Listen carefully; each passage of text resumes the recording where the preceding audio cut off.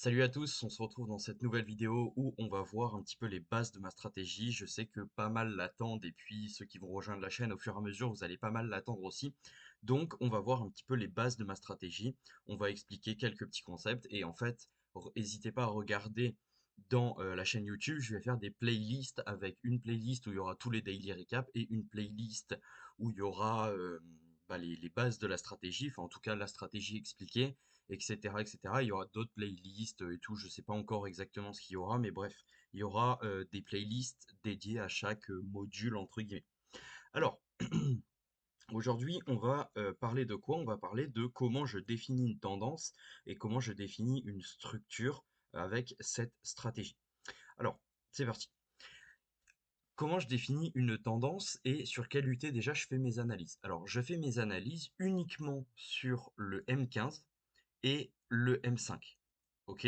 Je fais uniquement ces deux UT. Je vais jamais en M20, en H1, en H4, en H12, en daily, en 2 day et tout. J'y vais jamais. Que M15 et M5. Comment est-ce que je définis ma structure? Encore une fois, les gars, c'est un plan mécanique. Je le rappelle, hein, je fais une petite aparté vite fait. C'est un plan mécanique, donc ne soyez pas choqués qu'on va pas sur les autres UT. C'est un truc, c'est un plan mathématique qui se répète tous les jours, tous les jours, tous les jours, avec tous les jours les mêmes règles, etc. Et c'est purement statistique. euh, voilà, les trades. Donc, je vais pas, quand je prends une loss, je vais pas dire, ouais, mais c'est parce que là, j'ai pas vu le POI ici, c'est parce que, ah oui, mais là, il y a une FVG que j'avais pas vue, ouais, mais là, on n'a pas pris le Previous Daily High, ouais, mais là, ok, tout ça, je m'en branle. Donc, c'est que purement statistique et c'est purement mécanique. Donc, comme je vous disais, je prends en compte ces deux UT. Comment est-ce que je définis ma structure, donc ma tendance sur le M15? On va commencer par le M15 parce que les règles ne sont pas les mêmes que le M5. Donc en M15, je définis ma structure avec déjà un lot. Ok, donc un lot, c'est quoi? C'est tout simplement un enchaînement de trois bougies qui forment un point plus bas ici.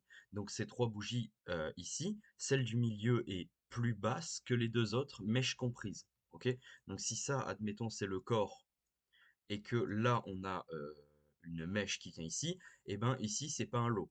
Ok, parce que à gauche la bougie n'est pas plus haute. Pour que ce soit un lot, il faut qu'il y ait ça. Tac, tac. Ok, il faut que la bougie du milieu soit la plus basse. Donc moi j'appelle ça un lot.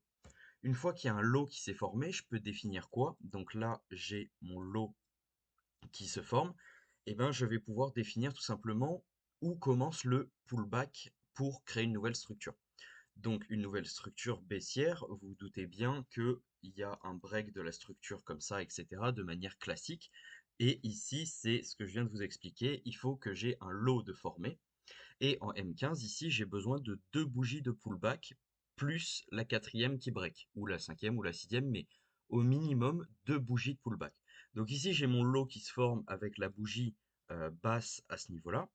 Ok, tac, tac, tac. Et j'ai besoin de deux bougies de pullback. Donc là, j'en ai une et une autre. Ok, et par exemple, ça peut très bien breaker ce lot ici à la quatrième. Ok, je ne sais pas si c'est bien clair pour l'instant, mais on va aller sur les graphiques, voir directement. Alors, on rajoutera des infos au fur et à mesure, etc. sur la structure. Donc, ici, par exemple, hop, ici j'ai un break. Pourquoi est-ce que j'ai un break? Parce que là j'ai bien un lot qui se forme à ce niveau-là. Donc ici j'ai bien un lot qui se forme. Je vais le mettre, euh, tac, je vais le mettre en violet. Tac. J'ai bien un lot qui se forme ici parce que la bougie à gauche et la bougie à droite sont plus hautes. Ok, on voit que là il y a un petit espace, il y a un petit gap vite fait entre le lot. Donc ici ça forme bien mon lot, mon lot. Et pour avoir un break, j'ai besoin que ce lot y ait deux bougies minimum de pullback. Donc là, on voit qu'il y a une, deux, trois bougies et que ça break à la quatrième. OK? Donc, à ce niveau-là, je vais avoir quoi? Je vais avoir une structure M15 définie comme ça jusqu'à ici. On verra après pourquoi ici. Mais en gros, ma structure M15, elle est à ce niveau-là. Moi, je mappe mes structures avec un Fibo. Tout ce qui est bleu, c'est M15. Tout ce qui est rouge, c'est M5. Donc si vous me voyez comme ça avec, dans mes analyses avec un Fibo bleu à ce niveau-là, c'est parce que c'est ma structure qui est mappée comme ceci. Ok? Alors, pour rendre la structure valide, donc vous l'avez bien compris, j'attends qu'un lot se forme, au moins deux bougies de pullback. À partir de quand je considère que c'est une bougie de pullback?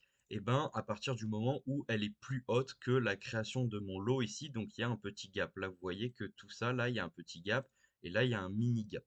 Ok, donc minimum deux bougies de pullback. Et une autre règle pour valider une structure, il faut que sur une des bougies qui crée mon pullback ou alors mon lot et la cassure de mon lot, il y ait une opposite. Ok? Donc, ça veut dire quoi une opposite? Ça veut dire que si on vient d'une structure baissière, j'ai besoin de, dans mon pullback ou celle-là qui forme le lot, ou bien alors celle qui break, d'une opposite, donc d'une bougie bullish. Ok? Donc là, je reprends mon exemple, j'ai bien mon lot qui se forme, j'ai bien une opposite, au moins une opposite.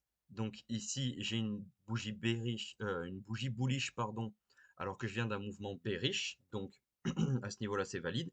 Et j'ai bien au moins deux bougies de pullback. Donc ici, cette structure à ce niveau-là, pour moi, selon mon plan, est totalement validée. Ok? Donc on va continuer, on va refaire un nouvel exemple. Voilà, admettons ici. Hop. Ici, j'ai quoi? Bah, j'ai bien un lot qui se forme à ce niveau-là. Pourquoi est-ce qu'il y a un lot qui se forme à ce niveau-là? Bah, parce que à gauche et à droite, eh ben, les bougies sont plus hautes, donc nickel. J'ai bien une, deux, trois, quatre, et ça break à la cinquième, donc j'ai bien au moins deux bougies de pullback. Et sur ces deux bougies de pullback minimum, donc là, en l'occurrence, il y en a une, deux, trois, quatre, et ben, j'ai bien une opposite. Je viens d'un mouvement baissier, ok? Ici, j'ai bien une, deux, trois bougies bullish. Donc, j'ai au moins une opposite. Cette structure est complètement valide à ce niveau-là, selon mon plan. Voilà. Ici, par exemple, est-ce que cette structure est valide? Non, celle-là, elle n'est pas valide. Pourquoi? Parce que j'ai bien un lot qui se forme à ce niveau-là, j'ai bien une bougie à gauche, une bougie à droite plus haute, mais par contre, vous voyez que ici, j'ai pas deux bougies de pullback. Ok, donc j'ai une bougie de pullback ici parce que vous voyez qu'elle est plus haute que le lot, mais par contre, c'est la deuxième qui break directement. Donc ici, ce n'est pas une structure en M15 pour mon plan.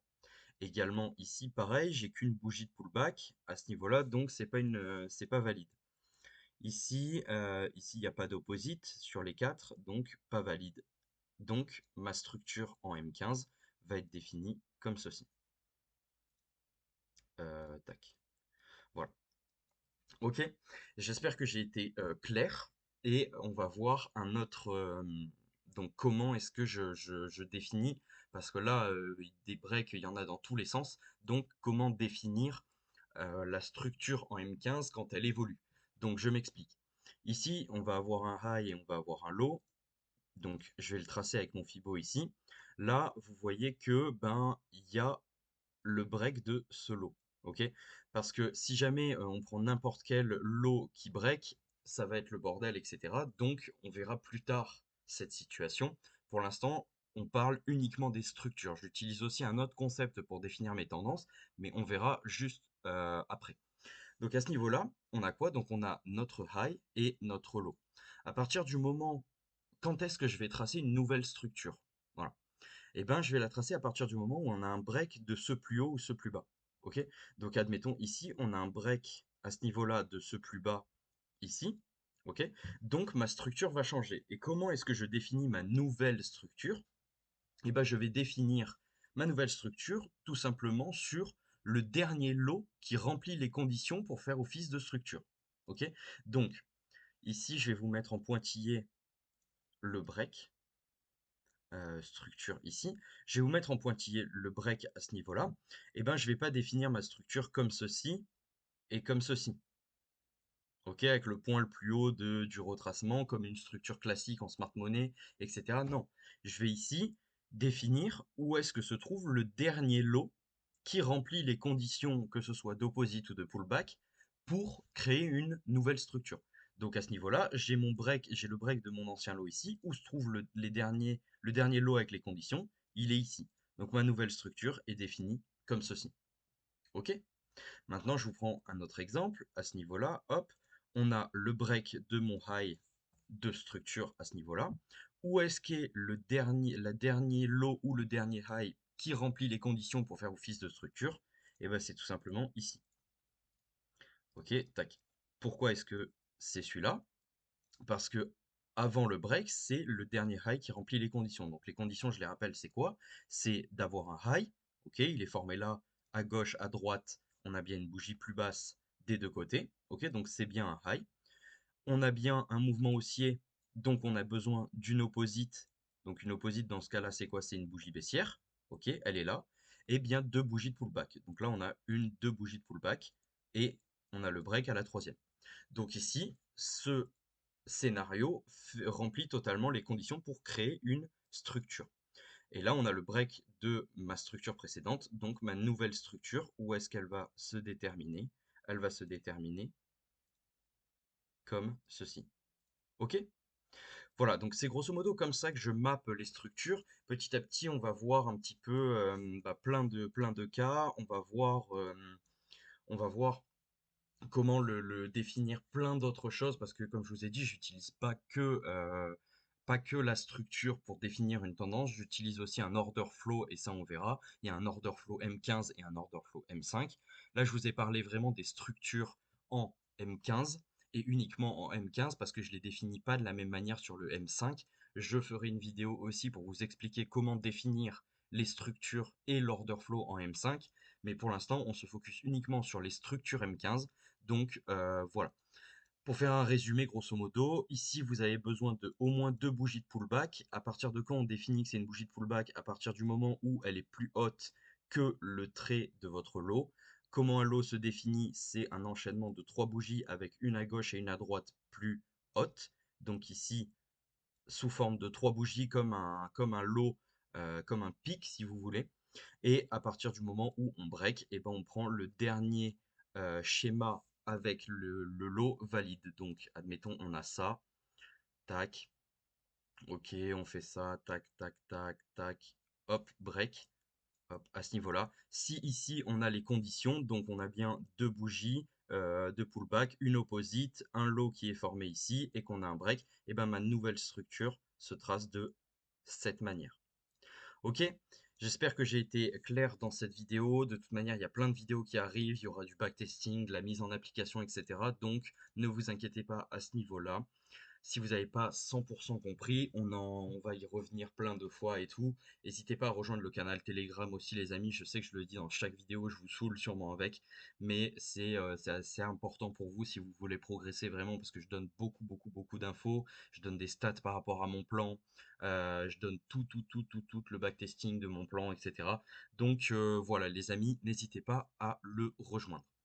Sur ce, cette vidéo, je pense qu'elle est assez longue. On a vu déjà la toute première étape, c'est définir la structure M15. Je vous souhaite une bonne journée, un bon week-end et je vous dis à la prochaine. Ciao!